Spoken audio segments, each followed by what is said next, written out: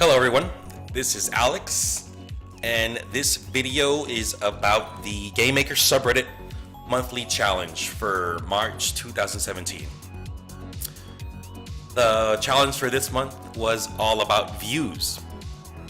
So I wanted to take a second here and talk about what a view is real fast. In Gamemaker, view is basically your window into your game. Right, so you when you're making a game, you create this level, you create a world, and you populate it with objects and characters. And you don't necessarily always want to show your entire level or your entire world. You want to only show a portion of it. You only want to show, the start of your level, and as your character moves and progresses, you obviously show, you shift the view to show a different portion of the level. And Gamemaker comes with its own little view system. You tell it what object you want the view to follow, and it'll follow it. Pretty good. There's a couple little other parameters you can define, like how fast the view moves and how much of a border to always maintain between the edge of the view and the character that's following. For most games, it's fine. However, Gamemaker allows you to, basically not use its built-in view and instead manually take control of the view and manually tell it where to move and what to follow. You can define the view position, and just with being able to move the view however you want, you can design lots of different camera functions and techniques and effects, which really enhance your game. So basically what we have here in my game is this little spaceship that you can control. You can move it up, down, left, and right. These blue stuff are solid walls, and these little red squares represent the edge of my room. See, this is technically the entire size of my room. If we go to the room editor real fast, you'll see that this is the room, and those are the red tiles that I'm talking about, that I'm showing off. The total size of the room is only 608 by 416. It's the same size as my view. So the built-in view will not move outside of the room. That's one of the big limitations of the built-in view system, is that the view will not leave the bounds of the room. Therefore, your character can leave the room and the camera will not follow. And sometimes you don't want that. Sometimes you want to make, an infinitely large room or a procedurally generated room, and you need to, just take control of the view so you can move it outside of the room and do a bunch of different cool stuff. So yeah, that's what the whole point of the intermediate challenge is, of the beginner challenge actually, is to not use the built-in view and instead manually take control of it, which is what I'm going to do right here. I've now enabled my own little camera, and as you can see, I can leave the bounds of my room. See, technically, right here, to the left of the room. So if we go to the room editor, I'm over here somewhere.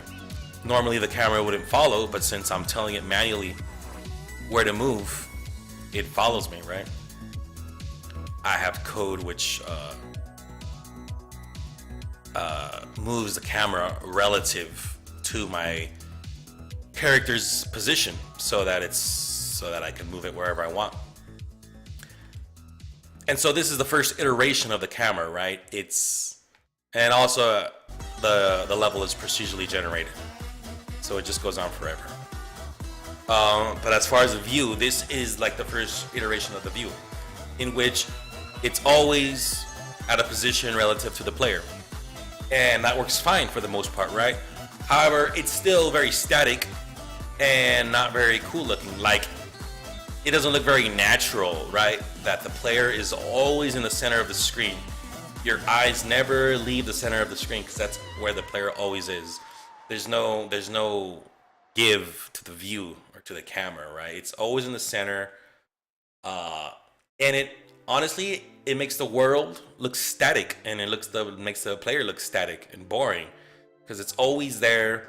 It almost feels like fake, right? Like your eyes don't like what they're seeing when everything is so clean and perfect, right? Like the player doesn't even look like he's really moving because he's always in the center of the screen. So what the intermediate part of the challenge was to have your camera actually accelerate and decelerate, which is what I'm going to enable right now. So now, as you can see, the camera actually lags behind a little bit as I move forward, and that gives it like a sense, like an organic sense, like there's like almost like there's a person holding a camera and he's like having trouble keeping up, right? It just feels more natural.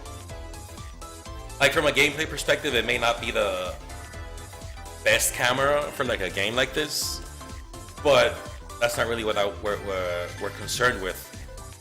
We're mostly just looking to see how to make like a cooler camera, right?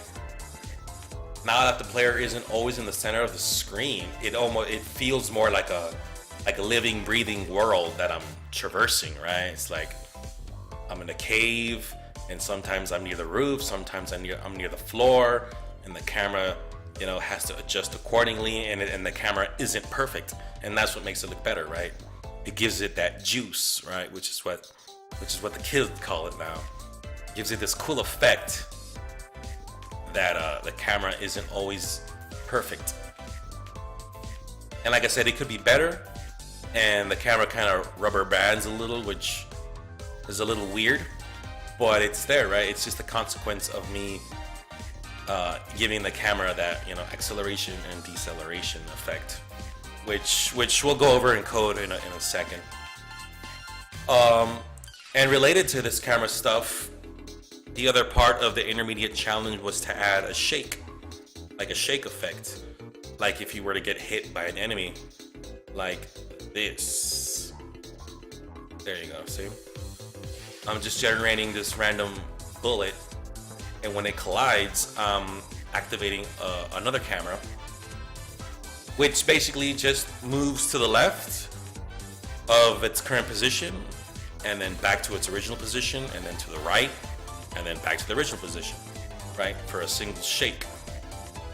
And that's all it is. And honestly, it's not that difficult once you create your own camera system.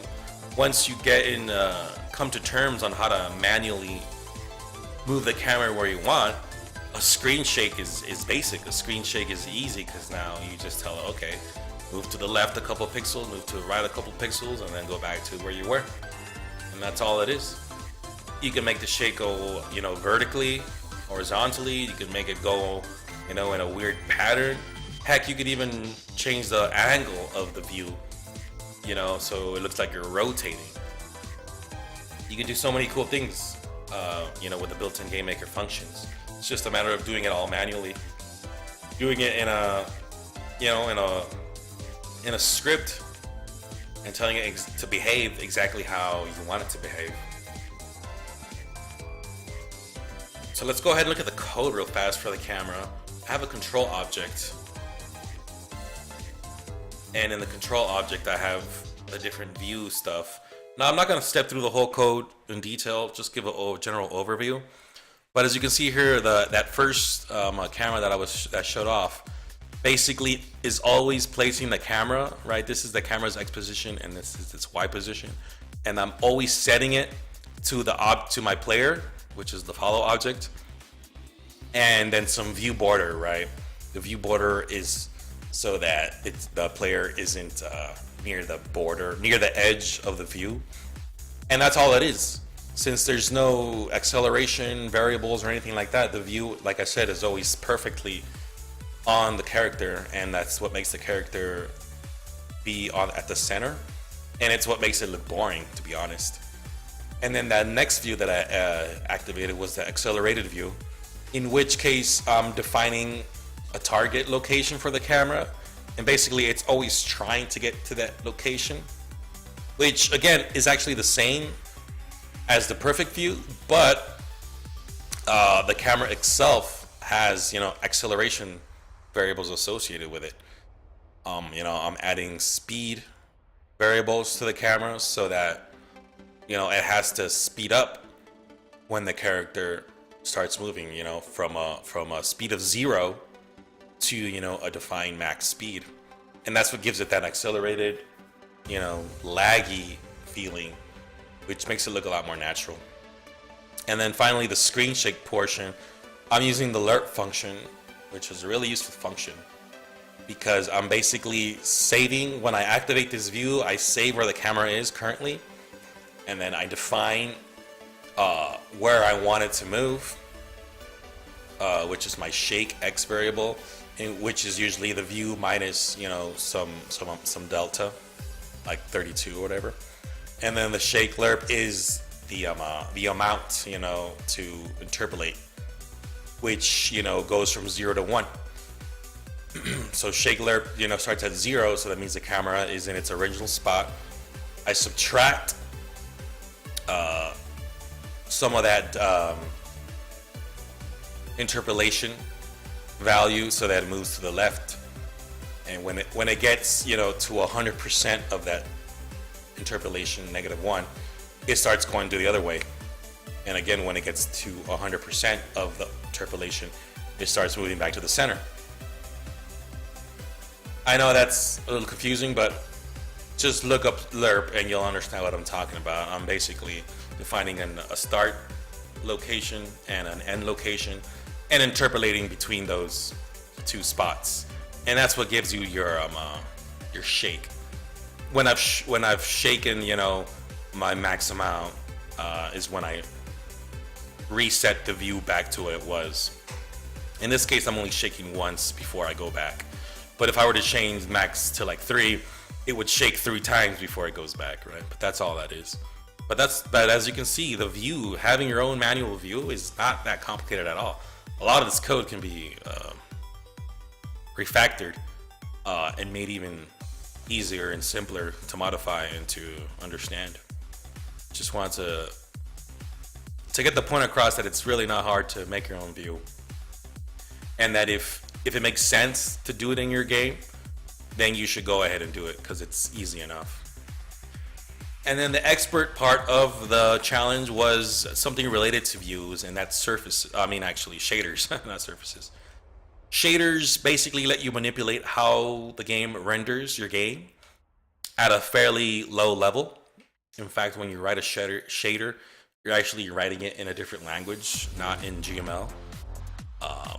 And it kind of, that language and the shader engine has access to, some low-level stuff on your computer. And in fact, it takes advantage of any graphics card that you may have installed, which basically at the end of the day makes shaders really useful because they're really fast. If you have a graphics card, shaders are great because they take full advantage of that and can really, really, really, really change how your game looks. I myself, I'm still learning shaders. They're still kind of a mystery to me, but I learned enough, I think, to show off some shader effects here. So in a game like this, a shooter type, a game when there's lots of enemies coming at you or whatever, it's natural to have like a screen clearing effect, like a bomb. So you can use shaders to do something like that, something that affects the whole screen. You can easily make a shader that represents that bomb going off. So that's what I'm gonna do right here. See that right there? That's not a sprite. It's not a texture. It's actually the shader manipulating the pixel color in like a ripple effect. As you can see, it changes, everything, the player, the background, and the walls. I'm taking the red, blue, green components of each pixel, and I'm setting the red and green values to be 0 while leaving the blue. So that's what, makes that blue ripple effect. You can pass variables to the shaders using a little bit of a convoluted system, but it's required because you're going from GML to a different language, so you have to use different keywords and stuff.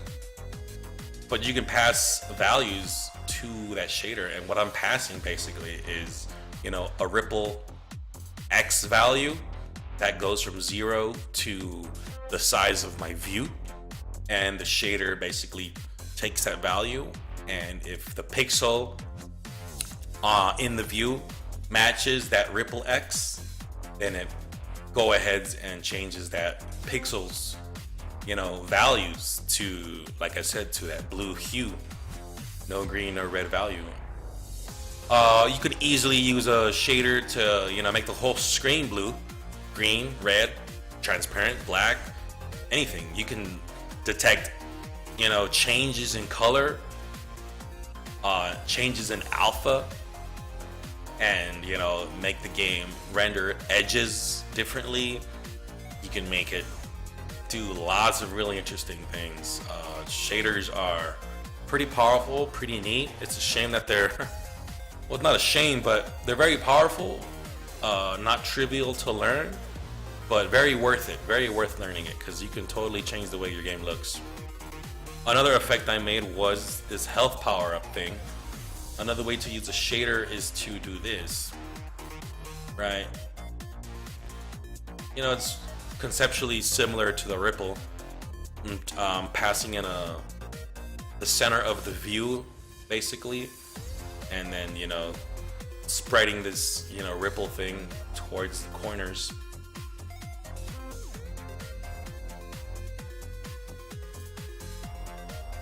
So you can simulate getting a power up, simulate getting going into some berserk mode or something in your game.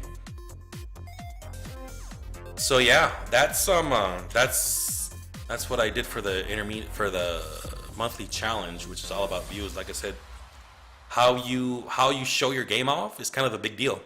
So you want to make sure you can spend all this time making this cool world, making these cool characters, and making them do cool things. But if you're not showing it off, in an appealing way, a lot of that stuff gets lost. A good view, a good perspective on your game can go a long way. So thanks for watching. If you guys have any questions on anything I did here, feel free to leave a comment and I'll try to explain as best as I can. Also, apologies in general. I haven't made a video in the last 2 weeks. I just got busy, and then I got sick, and then I got busy, and then I got sick. So, but I have been working on my game, and I'll try to upload a video of it, possibly tomorrow, but we'll see. So thanks for watching. Please like, comment, and subscribe if you're not already, and I will see you later. Thanks for watching.